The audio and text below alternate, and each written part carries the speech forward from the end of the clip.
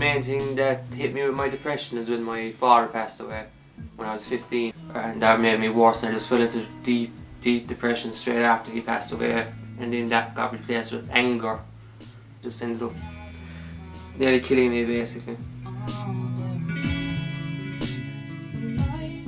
Like, I'm known in the family as a comedian, the joker, and I'd be really telling people jokes, and I'd be able to make everybody laugh and feel happy, but yet myself, I couldn't.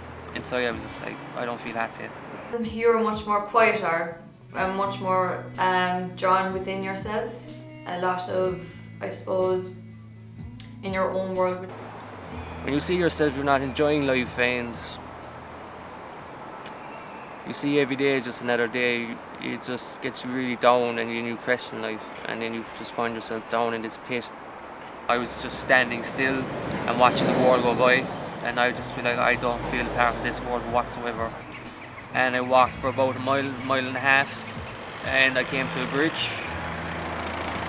And basically I stood on top of the bridge and I was looking down. Is it worth continuing on, worth going? And I talked myself out of it. I was like, no, you're not getting the best of me. And I turned around and I just walked home. My son died in 1996 from suicide, and there was no help for me in 1996. So every time I hear of a suicide, it just brings everything back to me. So I went to Ballahora Development in Charlton, and there was a man there called Dave O'Grady, and he helped me set up Charlton Suicide Awareness. And from 2008 until now, we do set-top CIS courses, we do National Suicide Day, we do balloons, and we leave off doves to remember all those who died of suicide. People with depression and anxiety can put themselves in the most awful of situations and to take themselves over the game, basically. But that's the scary part, that we don't know what's going on within you, what you're thinking or anything, or if you're feeling anything. I was upset when you were very, very down. It was stressful on me, but I was mainly focused on you. I was feeling very anxious. It was like thinking there was something bad going to come my way, or something was going to happen to me. You feel like you have this shame about you that you have to keep quiet. When I play my guitar, I was very able to express myself and play. And I just started writing based on events and stuff, and I started coming up with my own music, and I just came out with very self-expression without being judged, kind of a thing. Well, basically, this is my first guitar.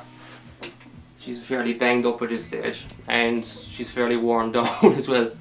But I used to be just in my room just playing her for hours on end, just non-stop, and just going into school. Then my guitar teacher, Colin Flood, he'd just be like, how do you learn all that so quickly? And I'd be like, I just love playing constantly. And it was that music is what saved me, I say.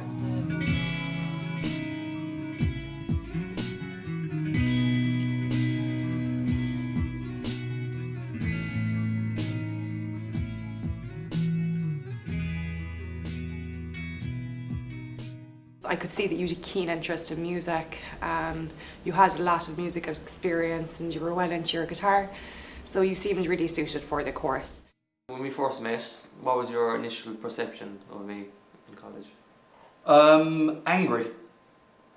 You were sort of nicknamed sort of Angry Tim. You said you seemed like a nice fella, but I don't know, I suppose it was quite confrontational when you spoke to people. In level 5, I didn't really necessarily see a temper. I could see at some stages, if you had any disagreements and stuff, that you would get a little bit angry with other students. As the year kind of went on then, I think you realised yourself that you just walk out of the room and remove yourself from the situation. We know that sometimes you might be a bit more uptight than other days, and if you are, people I suppose would sort of leave you to your own devices that sort of day. Me and you had that talk because I was not in a good place, and I told you all about my depression and anxiety, and basically were you kind of shocked when I told you that stuff?